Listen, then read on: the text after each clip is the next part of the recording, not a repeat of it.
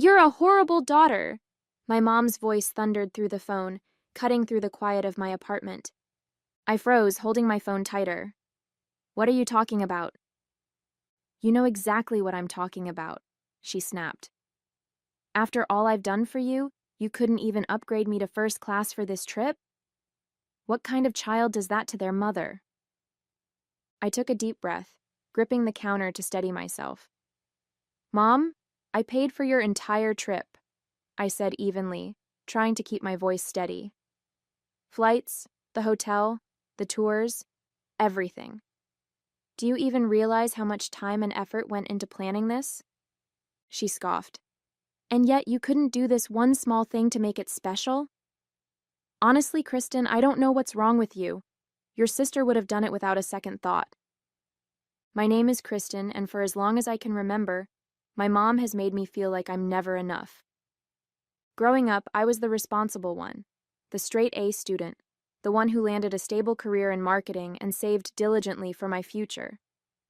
My sister, Danielle, was the golden child, warm, charming, and effortlessly adored. This trip to Europe wasn't just a vacation for my mom. It was supposed to be my way of saying, "Look, Mom, I care about you." I thought it might bridge the gap between us, prove to her that I wasn't the selfish, ungrateful person she often implied I was. It had taken years of saving every spare penny, skipping vacations, and living frugally. Flights, accommodations in upscale hotels, guided tours, and even tickets to cultural performances she'd always dreamed of attending. It was all planned meticulously. But none of that mattered now. All she could focus on was the fact that her seat wasn't in first class. Mom, I said carefully, forcing calm into my voice, I thought you'd be happy. It's a beautiful itinerary. You'll have an amazing time. Nodding, Coach, I won't, she spat back. Her words stung, but I refused to let her see it. Well, I hope you enjoy the trip anyway, I said, ending the call before I could say something I'd regret. Later that day, as I pulled up to the airport to drop her off, her parting words cut deep. Maybe if you ever grow up, you'll figure out how to treat people properly, she said, striding into the terminal without so much as a glance back. Driving home, her words echoed in my mind, sharp and cutting. But by the time I parked, something shifted inside me. If she thought I was a horrible daughter, maybe it was time for her to understand just how wrong she was. When I walked back into my apartment, her words kept replaying in my mind. Maybe if you ever grow up. I dropped my bag by the door and sank onto the couch, staring blankly at the wall. A lump formed in my throat, but I forced myself to swallow it down. I wasn't going to cry, not over this. I'd worked so hard to make this trip perfect. I had spent years skipping vacations, declining nights out with friends, and picking up extra work just to save enough. I wanted to give her something special, a way to experience the world beyond her small, predictable routine. I thought it might make her happy, maybe even proud of me. Instead, she had called me selfish, embarrassed me, and stormed into the airport without a word of thanks. This wasn't new. For as long as I could remember, my mom had a way of turning everything into a critique of my shortcomings. When I aced a test, she'd ask why it wasn't perfect. If I got a promotion, she'd find a way to say Danielle could have done it faster. And Danielle. Of course, Danielle was always the one who could do no wrong. She didn't have a steady job. She didn't contribute financially. But somehow, she was the golden child, the one who could make time to be around, while I was the one stuck playing catch-up. But this trip? This was supposed to be different. It was supposed to be the gesture that said, "Look, Mom, I care. Look how much I've sacrificed for you." Instead, it had become another way for her to belittle me. I opened my laptop, pulling up the confirmation email for her flights. 2 economy class tickets, round trip. Carefully chosen to be as comfortable as possible without breaking the bank. The thought of canceling the whole trip crossed my mind for a moment, but I couldn't. The hotel and tours were non-refundable, and even though she didn't appreciate it, I had put too much effort into planning to let it all go to waste. But then my eyes landed on the return flight. Next to it was a small blue button. Manage booking. Canceling just the return flight wouldn't cost me a dime. It wouldn't affect her vacation at all. She'd still have her dream trip. But when it came time to come home, she'd be on her own. I hesitated, my finger hovering over the mouse. Was this too much? Was it cruel? Her voice echoed in my mind again. You're selfish. Embarrassing. The hesitation disappeared. With a single click, the screen refreshed and a confirmation email landed in my inbox. The return flight was officially canceled. For the first time in years, I felt a flicker of control. The next few days passed in a blur, but not without constant reminders of the trip I had so painstakingly planned. My mom didn't call me after she landed. I wasn't surprised. Instead, she took to social media, flooding her account with posts about her incredible European adventure. The first post showed her standing outside the airport in Paris, a wide smile plastered across her face. Living the dream, tagging everyone to see. I rolled my eyes, setting my phone down on the counter. She continued to post throughout the trip, pictures of the elegant hotel lobby, the picturesque views of Parisian streets, the gourmet meals she'd clearly made a show of photographing before eating. Her captions oozed gratitude, but I knew better. She didn't tag me again after that first post, but the messages were clear. Each one was dripping with an air of smugness. Part of me wanted to confront her, to call her out for the audacity of publicly crediting me while privately calling me selfish and embarrassing. But I stayed quiet, letting her have her moment. Because I knew her real moment was coming. On the fourth day, she posted a video from a luxury dinner cruise. Truly the trip of a lifetime, she said to the camera, raising a glass of champagne. By this point, I wasn't checking her updates out of curiosity but anticipation. Every photo and post felt like another piece of the puzzle falling into place. She had no idea what was waiting for her. I couldn't help but wonder what she'd think when she realized her return flight was gone. Would she assume it was a mistake? Would she lash out at the airline staff or try to guilt-trip me the moment she found out? Either way, it didn't matter. She'd have to deal with it herself. The night before her scheduled return, I got a text from my sister, Danielle. Mom's been texting me nonstop about how amazing the trip is, she wrote. She said you helped her with it. I stared at the message, debating whether to respond. Danielle had no idea about the canceled flight, or the years of frustration and hurt that had led to it. To her, everything looked perfect. Glad she's enjoying herself, I finally typed back. It wasn't a lie. I was glad she was enjoying the trip, but what I was really looking forward to was the reckoning waiting for her at the airport. For once, she was going to feel the weight of her entitlement. And maybe, just maybe, she'd realize how much her words and actions had cost her. The day of her return flight finally arrived. I had been carrying an odd mix of nerves and anticipation all morning, knowing this was the moment everything would unravel. Around noon, my phone buzzed. Her name lit up the screen and I took a deep breath before answering. Hi, Mom. Kristen, she hissed, her voice sharp and panicked. Why is my flight canceled? I almost smiled at how quickly she got to the point. What do you mean? I asked, feigning confusion. You know exactly what I mean, she snapped. I just tried to check in and the airline said my ticket has been canceled. What's going on? Oh, that, I said, keeping my tone casual. Yeah, I canceled it. Her sharp intake of breath was almost satisfying. You canceled it? Why would you do that?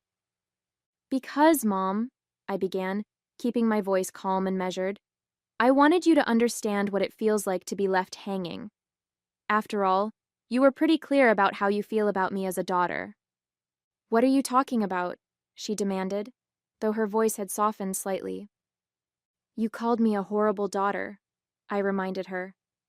After everything I did for you, after I spent years saving for this trip and planning every detail to make it special for you, and instead of saying thank you, you insulted me. There was a long pause on her end. Then she sighed, exasperated. Kristen, you're overreacting. You know I didn't mean it like that. You didn't mean it? I repeated, my voice firmer now. You said it. And you've said things like that my entire life. I've always bent over backward to make you happy, and all you ever do is criticize me. So no, Mom, I'm not overreacting, I'm done. Done? She echoed, her voice rising again. What does that even mean? You're just going to leave me stranded here? You're not stranded, I said matter-of-factly. You have options. You can book another flight. Or maybe Danielle can help you. Either way, this isn't my problem anymore. Her tone shifted quickly from anger to desperation. Kristen, please, I don't have the money for another ticket. I can't believe you do this to me. I'm your mother. I let her words hang in the air for a moment before responding. Figure it out, Mom. You've always told me to grow up and take responsibility for myself. Now it's your turn. Before she could say anything else, I ended the call and set the phone down. My heart was pounding, but there was a quiet satisfaction brewing underneath the nerves. I wasn't bending to her will anymore. The phone calls and messages started pouring in not long after our conversation ended. Kristen, you can't just leave me here like this, one voicemail screamed. Do you know how humiliating this is? I'm at the airport trying to explain to the staff why my flight doesn't exist, and they're looking at me like I'm crazy. Another one whined. The texts weren't much better. How could you do this to me? What would people think if they knew you abandoned your own mother in Europe? I stared at my phone, unmoved. Each message felt like a desperate attempt to regain control, but they didn't carry the same weight they once did. By the afternoon, her tone shifted. The calls were less frequent, and the texts took on a pleading edge. Kristen, I'm sorry for what I said. I didn't mean it.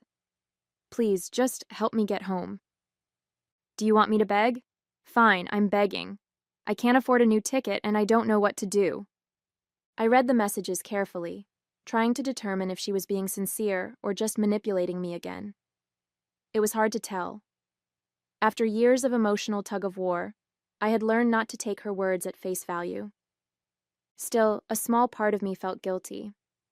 This was my mom, after all. She had given me life, raised me, and supported me in her own flawed way.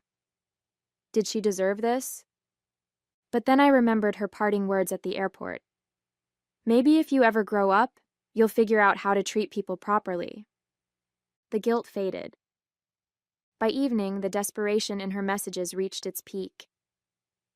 Kristen, I'm sleeping on a bench at the airport. I have no way to get home and I can't stay here. Please, I'm begging you. For a brief moment, I almost picked up the phone, but then I reminded myself why I had done this. This wasn't just about the trip or the canceled flight. It was about the years of dismissal, the constant criticism, the way she made me feel small no matter how much I gave. If I let her off the hook now, nothing would change. Instead, I texted Danielle. Mom's having trouble getting home. If you want to help her, feel free. I'm done. Danielle called me immediately, sounding half annoyed, half concerned. Kristen, what's going on? Mom says you canceled her ticket? I did, I replied calmly. She called me a horrible daughter and treated me like garbage after I paid for this whole trip. I'm done bending over backward for her, Danielle. She can figure this out herself. Danielle sighed. I get it, but don't you think this is a bit much? No, I said firmly. This is exactly enough. The next morning, the texts stopped, and my phone was unusually quiet. For a moment, I wondered if she had managed to figure something out. Maybe Danielle had swooped in to save the day, or maybe my mom had found another way home. Either way, I wasn't going to be the one to check in on her. But then, just before lunch, my phone buzzed again. Kristen, she wrote, I don't know what else to say. I know I've hurt you, and I know I've been unfair. I just want to come home. Please. It was the most genuine message I had received from her in years. I sat there staring at the screen, torn between relief and skepticism. Was this an actual apology? Or was it just another tactic to manipulate me? After all, she had said similar things before, only to fall back into old habits once the situation passed. But then I thought about the years of frustration I had carried, the endless attempts to prove myself to someone who never seemed to care. This wasn't just about the canceled ticket. It was about showing her that I wasn't going to let her walk all over me anymore. I took a deep breath and typed out my reply. Mom, I'll book you a flight home, but this is the last time I'm doing something like this for you. If you can't start treating me with respect, don't expect me to keep bending over backward for you. Her response came quickly. Thank you, I'll do better, I promise. I wasn't sure if I believed her, but I booked the ticket anyway. It wasn't about trusting her, it was about giving myself closure. I wasn't doing this for her anymore. I was doing it for me, to end this chapter on my terms.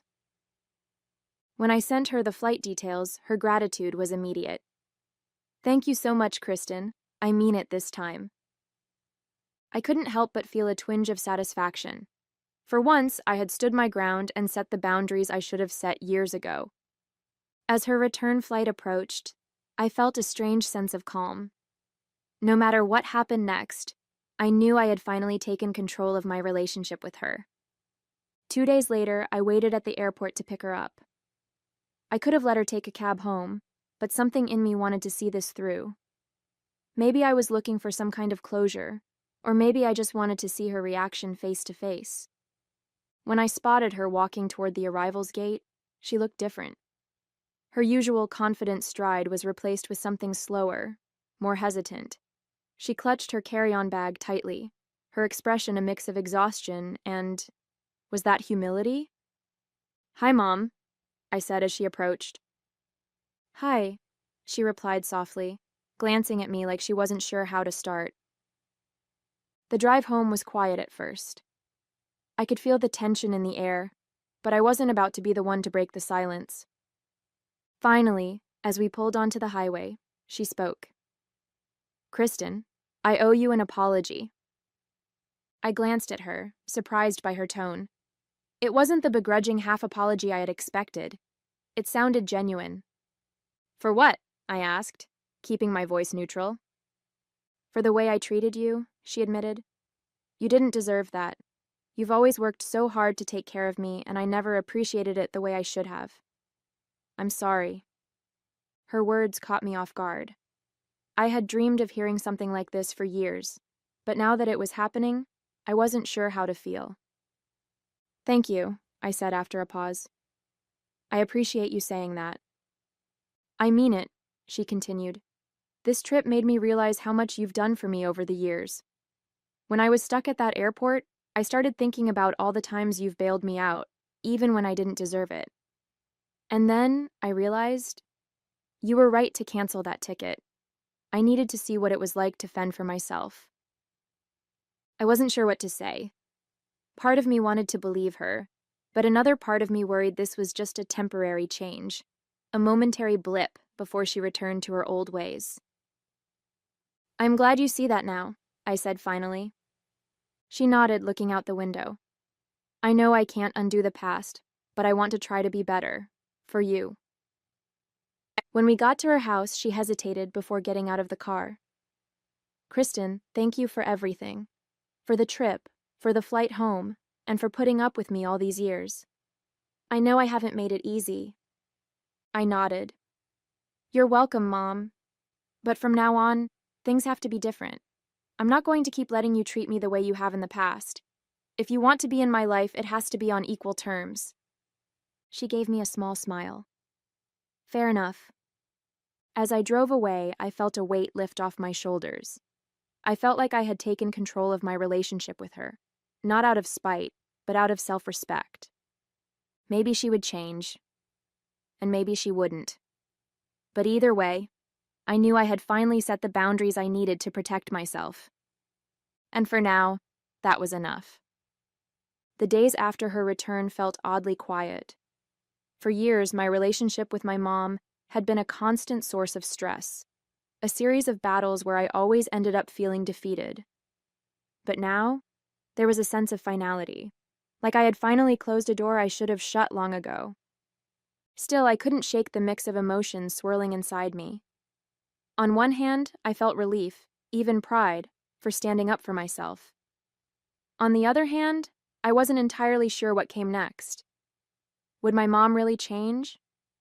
Or would this just be another cycle, where she made temporary promises only to slip back into old habits? She called me a week later.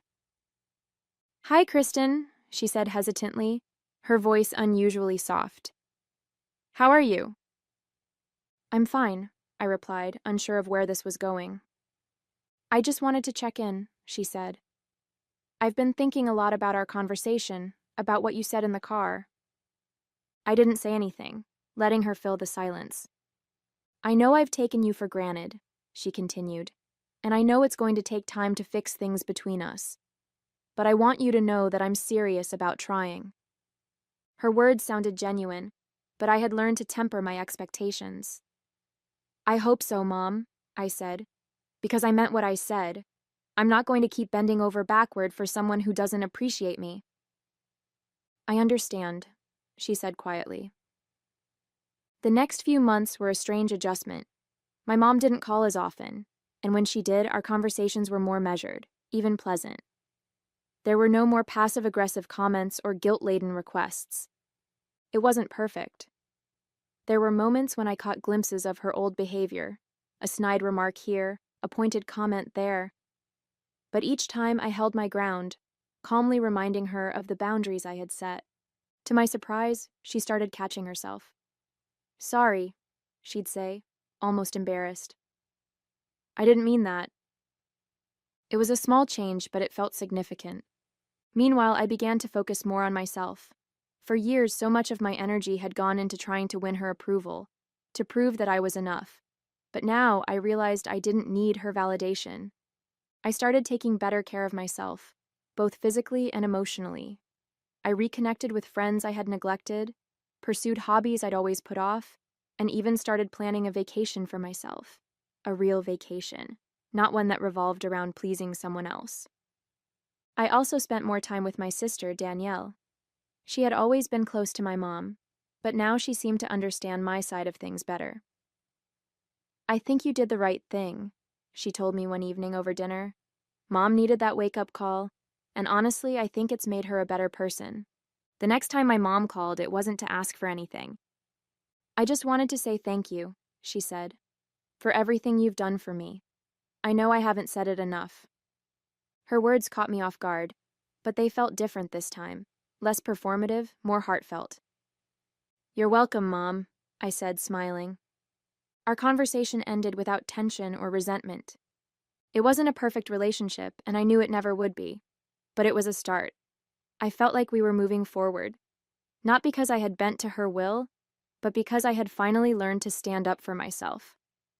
The weeks after my mom's return marked a turning point, not just in our relationship, but in how I saw myself. For so long, I had tied my worth to her approval, bending over backward to please her, hoping that one day she'd see how much I cared. But now I realized something important. I didn't need her validation to feel whole. Setting boundaries wasn't just about protecting myself from her, it was about reclaiming my sense of self-worth. Our relationship wasn't perfect, but it was different. My mom was trying, in her own way. The sharp edges of her personality were still there, but they didn't cut as deep. She thought twice before making a comment, catching herself more often than not. And I was stronger. When she made a snide remark about my new haircut during one of our weekly calls, I didn't let it slide. I like it, I told her calmly, and that's what matters. She paused, then let out a small laugh. I guess it does. It wasn't much, but it was progress. More importantly, I stopped letting her opinions define me. I spent more time focusing on my own happiness, reconnecting with old friends, picking up hobbies I'd abandoned, and setting new goals for myself. I felt like I was living my life for me, not for her approval. And in that newfound independence, I found a piece I hadn't realized I was missing. It wasn't about whether or not she changed. It was about the fact that I finally had. A month later, I sat on my balcony with a cup of tea, watching the sun dip below the horizon. Life felt calmer now, less fraught with tension and constant second-guessing. My mom still called me every week, but the tone of our conversations had shifted. She seemed less demanding, more thoughtful. I noticed little changes. She asked about my work, my friends, even my plans for the weekend. For once, it didn't feel like she was just waiting for her turn to talk. It wasn't perfect, but it was progress. Yeah. One evening, she surprised me with something I never thought I'd hear. You know, Kristen, she said softly, I've been thinking a lot about everything you've done for me.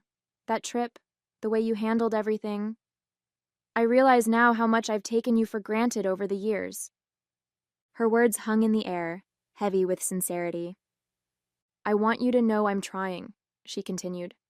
I know I've hurt you, and I can't undo that, but I want us to have a better relationship if you're willing to give me the chance. I didn't respond right away. Instead, I let the weight of her words settle, wondering if this time they might really mean something. Thanks, Mom, I said finally.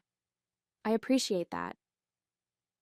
It wasn't the grand apology I'd once dreamed of, but it didn't need to be. I wasn't looking for perfection anymore. I was looking for effort. As I hung up the phone, I realized that while she might never change completely, I had. And that was enough. I didn't need her approval to feel worthy anymore. I had found it in myself.